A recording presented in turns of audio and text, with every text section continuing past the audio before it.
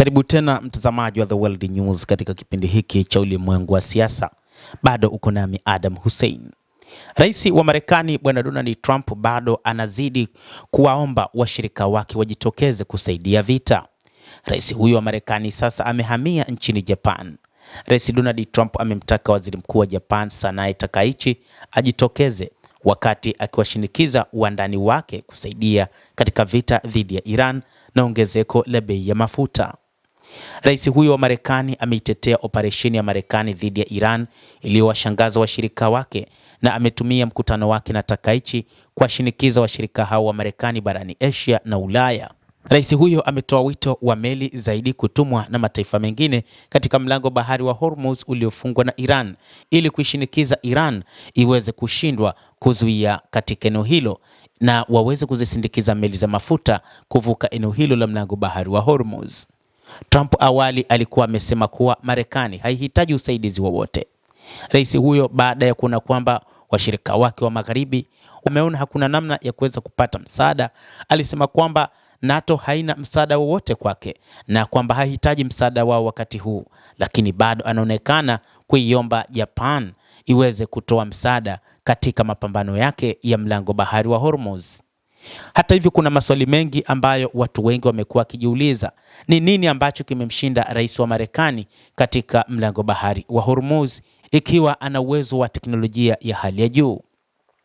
Akizungumza na waandishi wa habari baada ya mkutano wake wa Trump, Takaichi amesema amemweleza Trump msaada ambao katiba ya Japan inaikubalia nchi hiyo kutoa na kutotoa katika mlango huo bahari wa Hormuz.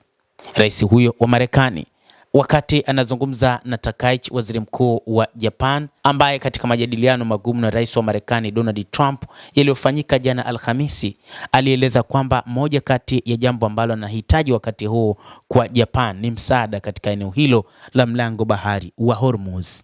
Hata hivyo, Takaichi anaonekana kukataa mwito wa Trump wa kusaidia katika kufungua mlango bahari wa Hormuz.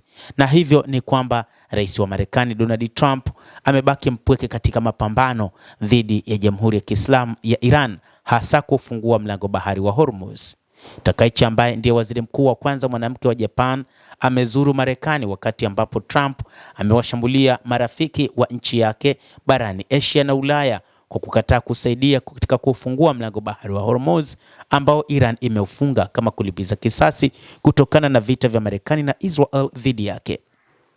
Takaichi aliungwa mkono pakubwa na Trump kuelekea ushindi wake mkubwa katika uchaguzi wa Japan, ila kwa sasa anakabiliwa na changamoto kubwa ya kutotaka kumghadhabisha Trump katika wakati ambapo uchumi wa Japan unakabiliwa na athari za vita vya Iran ambavyo nchi yake haijahusika kuvianzisha.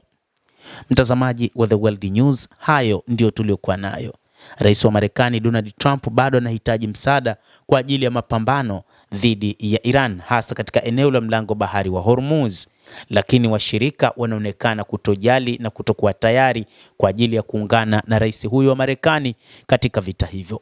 Wachambuzi wanasema kwamba ikiwa mataifa ya magharibi, lakini ikiwa washirika wengi zaidi wa Marekani wataamua kuingia katika vita hivyo kwa kuunga mkono upande wa Marekani, ni wazi vita hivyo vitatanuka zaidi na zaidi na kwamba vitakuwa ni vita vya dunia, kwani kuna uwezekano mkubwa sana washirika wa Iran wataunga mkono mapambano dhidi ya mataifa hayo mengine na kwamba hali ya usalama wa ulimwengu itakuwa ya kutisha mno.